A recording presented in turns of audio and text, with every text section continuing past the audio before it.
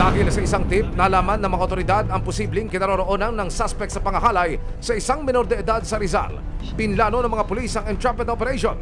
Nagpanggap ang isang asset na bibili ng lupa na pagmamay-ari ni Rodrigo sa Rizal. Yun lang, negative. Walang Rodrigong lumitaw sa kanilang bahay sa Rizal. Pero maya-maya pa, isang video call ang natanggap ng asset. Nang sagutin niya ito, kumpirmado, ang suspect na si Rodrigo ang nasa kabilang linya. Tingin daw ng bahay mo, di ba yun palagi mong tinatanong sa akin? Oh. Sige. Oh.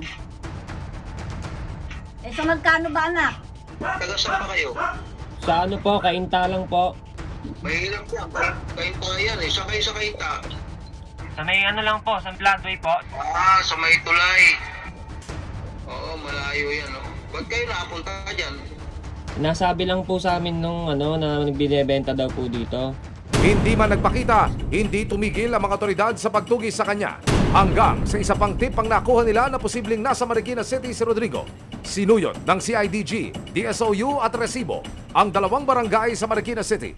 Titignan natin yung bahay na sinend ko dyan sa messenger natin. Tignan nyo kung meron kayong suspect siya na yun, tao kayo agad o ano, hinto kayo para tignan nyo mabaigi. Ano? Kasi medyo dito na yun eh. Makalipas ang ilang oras na pag-ikot, wala pa rin ang hinahanap na suspect. Pero sa tulong ng social media, natunto ng address ng live-in partner ni Rodrigo. Dito na lumitaw ang posibleng kinaroroonan ng matanda. Ang lokasyon, Makati City. Hindi na nagpatumpik-tumpik pa ang grupo. Maghiwalay ulit tayo, umikot kayo. Ito sir, pati itong ano, ito yan oh. Nilooban dito yo. Sir, ito yan sir. Pare, sa lubong na yun, lapitan mo na agad yun. Galing ako sa loob. Positive, galing ipinto, paupahan. Para lahat. Yamate. Ay, yamate.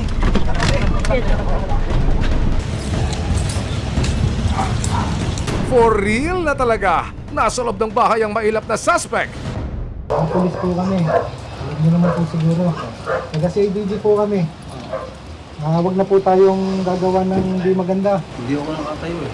Ang suspect natuklasang na-stroke noong nakaraang taon. Opo. Alam mo naman siguro na yung kaso niya. Nandito po kami upang arestuhin po kayo sa bisa ng warrant of arrest na ibinaba ng Family Court, Port Judicial Region, Branch 18, Cainta, Rizal po. Sa kasong rape under Article 266 in relation to Article 266B, the Revised Penal Code. Kayo po ay may karapatang manahimik o magsawalang kibo. Ano man ang inyong sasabihin ay maaaring gamitin pabor o laban sa inyo sa anumang hukuman dito sa atin. Ayon sa suspect na si Rodrigo, fake news daw ang krimeng ibinabato sa kanya. Hindi po totoo yun.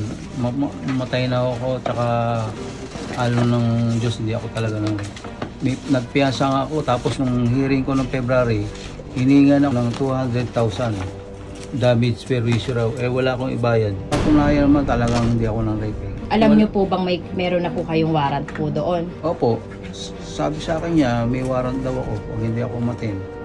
Hindi na ako makatin, wala akong pambayad sa korte na 200,000 piso para sa kanya yun.